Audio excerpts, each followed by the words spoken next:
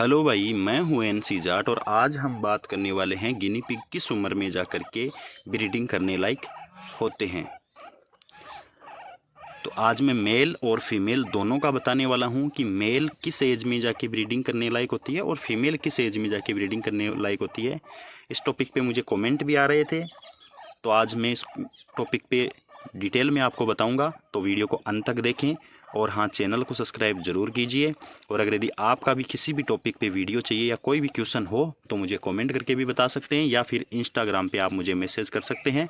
ID का link description में मिल जाएगा। तो अब मैं आपको बताऊंगा कि जो हमारे गिनी पिग होते हैं, वो जैसे आज जिस बच्चों ने जन्म लिया है, वो अब कितने दिन बाद जा कर के वो बच्चे फिर से हमें बच्चे दे देंगे। जो मेल गिनी पिग है वो कब मीटिंग करने लायक हो जाता है और जो फीमेल गिनी पिग है वो कब मीटिंग करने लायक हो जाती है। सबसे पहले मैं आपको बता दूं कि जो हमारा मेल और फीमेल गिनी पिग है, जिनका जिसे आज जन्म हुआ है, मेल और फीमेल दोनों का, तो वो अडल्ट होने के अंदर, यानी उसे शरीर से विकसित होने के अंदर 2 महीने लग जाते हैं। यानी कि 60 दिन के पीरियड के अंदर वो अडल्ट होते हैं, वो पूरे बड़े हो जाते हैं 60 दिन के अंदर। और 60 दिन में वो पूरे बड़े होने के बाद में वो लगभग 3 महीने के अंदर ब्रीडिंग करने के लायक हो जाते हैं। यानी अगर यदि आप मेल और फीमेल गिनी पिग को एक जगह पे आप रखोगे, 3 महीने की जो एज से ऊपर वाले गिनी पिग है उनको एक जगह पे रखोगे तो वो ब्रीडिंग कर लेंगे। जो गिनी पिग होते हैं हमारे, जिनकी उम्र 90 दिन होते हैं, वो मीटिंग तो कर लेंगे, लेकिन वो उनकी एक प्रॉपर एज नहीं है ब्रीडिंग करने के लिए। तो हमें उन्हें 90 दिन के एज के अंदर उसे ब्रीडिंग करने नहीं देना चाहिए, क्योंकि वो उनकी पूर्णतः मैच्योर होने वाली उम्र नहीं होती है, जिससे वो अच्छी तरीके से बच्चे कर लें और उनको पाल पोस के बड़ा कर लें। तो उस उम्र में अगर यदि वो ब्रीडिंग करेंगे तो उससे हमें नुकसान ये होगा कि या तो हमारे जो बच्चे हैं वो पूर्णतया विकसित नहीं होंगे, या जो फीमेल है उसको दूध कम रहेगा, या फिर जो होता है कि जो कम उम्र की जो फीमेल गिनी पिग प्रेग्नेंट हो जाती है तो फिर उसका जो डेथ होने का चांस है वो बहुत ज़्यादा हो जाता है कि वो मर जाएं। जो जैसे वो प्रेग्नेंट होने के बाद में वो मर भी जाती है। तो ऐसे बहुत सारे जो है केस देखे गए हैं जिनमें कम उम्र में जो फीमेल गिनी पिग प्रेग्नेंट हुई है वो मर जाती है। तो आपको ध्यान ये रखना है कि जैसे ही कम से कम मैं आपको बताऊं 4 महीने यानी 120 दिन से 130 दिन की जो फीमेल गिनी पिग है, उससे पहले आपको उसे मेल के पास में नहीं छोड़ना है।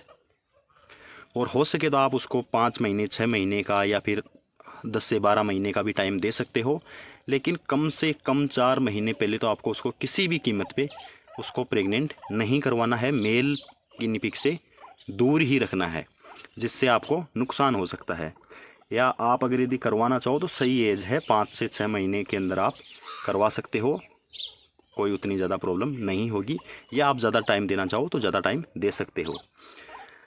फिर मैं बात बताऊं आपको कि मेल जो है वो मेल भी लगभग 90 से 100 दिन के तकरीबन वो जो है स्पर्म बनना उसके स्टार्ट हो जाते हैं और वो मीटिंग करने के लिए लायक हो जाता है, लेकिन उतना मैच्योर नहीं हो पाता है और उतनी सही तरीके से मीटिंग वो नहीं कर पाता है जैसा एक अडल्ट जो गिनी पिग है जिसकी उम्र ज़्यादा है वो नहीं करता है, उस तरीके से नहीं कर पाता है।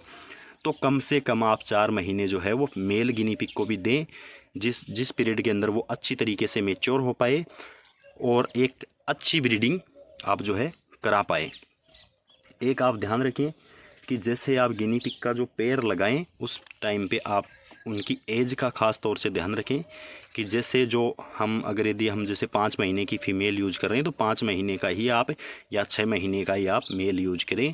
ऐसे नहीं कि आप जो 5 महीने की फ़ीमेल है वहाँ पे आप उससे, जैसे फ़ीमेल जो है वो लगभग 1 साल की है और मेल 5 महीने का ही है, या फिर जो 5 महीने की फ़ीमेल है उसके साथ में आप 1 साल का 1.5 साल का जो है मेल पैर लगा रहे हो, तो आप ऐसा भी बिल्कुल ना करें। आप जैसे जो हमारी गिनी पिग होती है फीमेल गिनी पिग, उससे आप 1 महीने या 15 से 20 दिन बड़ा मेल आप लगा सकते हो, अच्छा रिजल्ट आपका रहेगा।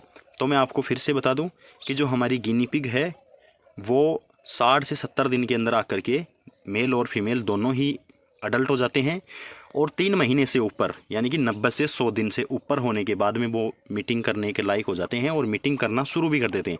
लेकिन हमारे को अच्छी मीटिंग लेने के लिए उन्हें थोड़ा सा और टाइम देना चाहिए, कम से कम 4 महीने, 120 दिन से 130 दिन, या आप उससे भी ज़्यादा दे सकते हो। आप जितना ज़्यादा टाइम दोगे उतनी ही अच्छी मीटिंग मिलेगी, उतने ही ज़्यादा बच्चे मिलेंगे आपको और उतने ही हेल्दी बच्चे मिलेंगे और उनकी ग्रोथ भी बहुत जल्दी होगी। तो आप ध्यान ये रखिए कि उनको ज़्यादा से ज़्यादा टाइम देने की कोशिश करें। यही था आज की वीडियो में। उम्मीद करता हूँ आपको वीडियो अच्छे से समझ आया होगा। वीडियो पसंद आया तो वीडियो को लाइक करें और चैनल को सब्सक्राइब करें। धन्यवाद।